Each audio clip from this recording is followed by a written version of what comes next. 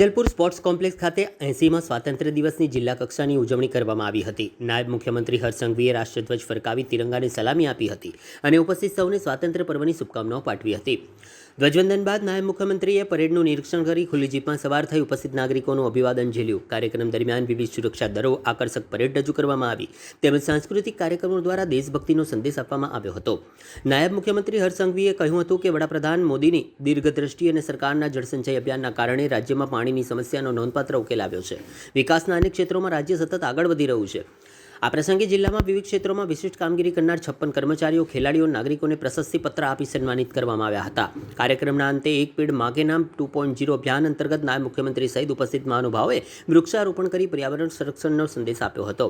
સમારોહમાં દંડક બાળકૃષ્ણ શુક્લ, સાંસદ ડોક્ટર હેમાંગ જોશી, ધારાસભ્યો સહિતના મહાનુભાવો, પોલીસ કમિશનર, નાયબ પોલીસ કમિશનર સહિતના વિવિધ વિભાગોના અધિકારીઓ, જનપ્રતિનિધિઓ અને મોટી સંખ્યામાં નાગરિકો હાજર રહ્યા હતા।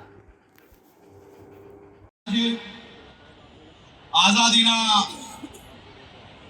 આ 80માં મહાપર્વ નિમિત્તે હું મારા સૌ યુવાન મિત્રોને વિનંતી કરવા માંગુ છું કે દેશને આજે શહાદતની જરૂર નથી।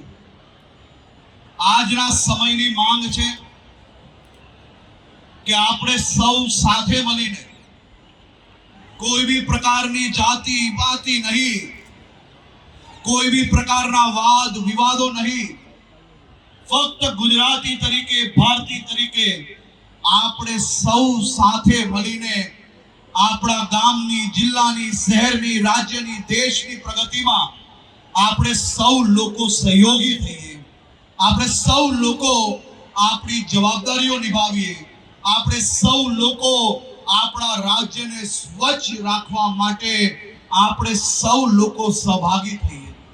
આપણે સ્કૂલ કોલેજોમાં ભણતર લઈએ છીએ, ડિગ્રીઓ પ્રાપ્ત કરીએ છીએ, પરંતુ જો આપણે સૌ લોકો સ્વચ્છતા કર્મચારીઓનું કામ ઓછું ના કરી શકીએ, સ્વચ્છતા કર્મચારીઓને મદદ ના કરી શકીએ, સ્વચ્છતા કર્મચારીઓનું જો કામ વધારીએ તો આપણી એ ડિગ્રી કોઈ કામની નથી। આજની દેશભક્તિ એ બીજા વ્યક્તિનું કામ વધારવાની બદલે, એનું ભારણ વધારવાની બદલે આપણે આપણી જવાબદારીઓ નિભાવીએ, એ જ સાચી દેશભક્તિ છે। રોડ રસ્તાને સાફ રાખીએ, આપણી પોતાની જવાબદારી નિભાવીએ, આપણા રાજ્યને આ દેશનું સૌથી સ્વચ્છ રાજ્ય બનાવીએ, તેવી જ આપ સૌને હું શુભકામનાઓ આપું છું। મારા યુવાન સાથીઓ, તમે જ્યાં બેઠા છે, તિરંગો જોરથી આપણે સૌ લોકો હવામાં લહેરાવીએ, ગગનચુંબી તિરંગાને ઉપર લહેરાવીએ અને એક સંકલ્પ લઈએ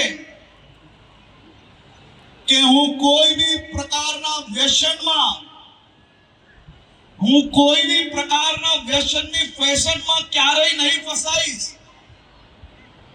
હું મારા મિત્ર, મારા પરિચિતોને ક્યારેય જો ડ્રગ્સની લપેટમાં આવ્યા હશે તો એને બહાર લાવવા માટે સૌથી પહેલા એના પરિવારને જાણકારી આપીશ અને પછી જો ના સુધરે તો પોલીસ સ્ટેશન તક જઈને भी હું મારા મિત્રને બચાવવાની પ્રયત્ન કરીશ।